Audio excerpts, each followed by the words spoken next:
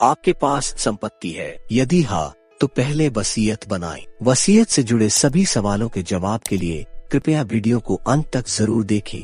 आज हम वसीयत के बारे में चर्चा करेंगे। वसीयत का उद्देश्य क्या है? सामान्यतः वसीयत एक कानूनी दस्तावेज है जो मृत्यु के बाद आपकी संपत्ति के वितरण का समन्वय करता है और नाबालिग बच्चों के लिए गार्डियंस नियुक्त कर सकता है। एक वसीयत का होना महत्वपूर्ण है क्योंकि यह आपको अपनी इच्छाओं को स्पष्ट और सटीक रूप से कम्युनिकेट करने की अनुमति देता है।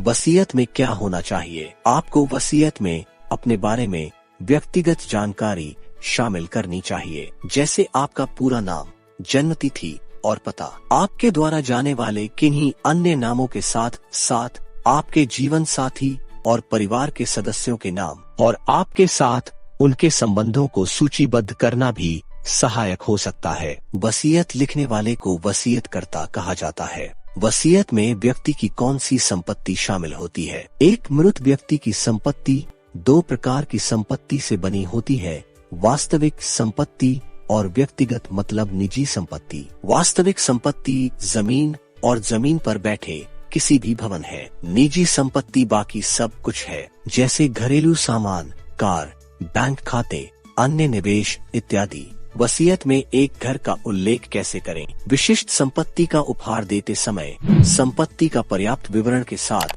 वर्णन करें ताकि समय आने पर आपका निष्पादक संपत्ति की पहचान कर सके और उसे ढूंढ सके।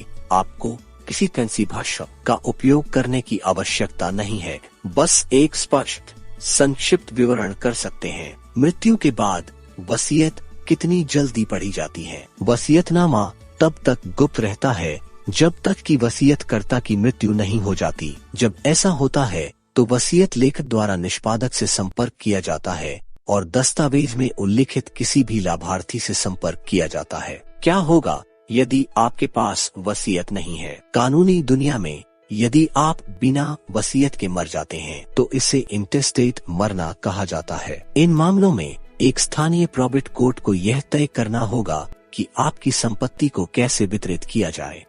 वसीयत न होने पर संपत्ति किसे मिलेगा? ज्यादातर मामलों में आपकी संपत्ति विभाजित शेयरों में आपके उत्तराधिकारियों को वितरित की जाती है, जिसमें आपके जीवित पति या पत्नी, माता पिता, भाई बहन, चाची और चाचा, भतीजी, भतीजे और दूर के रिश्तेदार शामिल हो सकते हैं। आमतौर पर जब कोई रिश्तेदार नहीं मिलता है तो सारी संपत्ति राज्य को जाती है।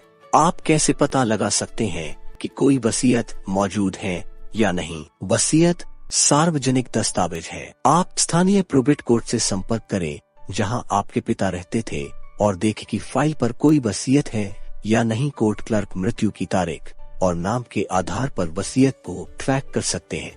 क्या कोई वसीयत कभी समाप्त होती है? वसीयत में कोई समाप्ति तिथि नहीं होती है। यदि कोई वसीयत वैध रूप से 40 साल पहले निष्पादित की गई थी तो यह अभी भी मान्य है। अगर आपके पति की मृत्यु हो जाए और आपका घर सिर्फ पति के नाम पे हो तो क्या होगा? यदि आपके पति की मृत्यु हो गई है और आपका नाम आपके घर के डॉक्यूमेंट्स पर नहीं है तो आपको एक जीवित विधवा के रूप में घर का ओनरशिप बनाए रखने में सक्षम होना चाहिए। अगर आपके पति ने वसीयत तैयार नहीं की है या घर किसी और को छोड़ दिया है तो आप प्रोबेट प्रक्रिया के माध्यम से घर के खिलाफ मालिकाना हक का दावा कर सकती है। वसीयत करना बेहतर है या नहीं? वसीयत किसी भी संपत्ति योजना का एक अनिवार्य हिस्सा है। यदि आप वसीयत के बिना मर जाते हैं तो राज्य का कानून शासन करता है। यदि आप शादीशुदा हैं, बच्चे हैं या आपके पास बहुत सारी संपत्ति है तो आपको निश्चित रूप से एक वसीयत की आवश्यकता होगी। एक वसीयत आपके मरने पर आपके परिवार को संघर्ष से बचने में मदद कर सकती है। वसीयत के बारे में अधिक जानकारी के लिए कृपया अपने चार्टर्ड अकाउंटेंट्स, कानूनी सलाहकार के साथ चर्चा करें। अगर आपको यह जानकारी पसंद आई हो तो कृपया अधिक अपडेट के लिए हमारे YouTube चैनल CA आकाश जादव को लाइक, शेयर और सब्सक्राइब करें। धन्यवाद।